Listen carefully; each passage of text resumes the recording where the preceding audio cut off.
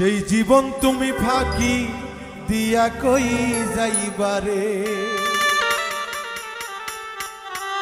আমার মোহন তুমি ফাঁকি দিয়া কই যাইবারে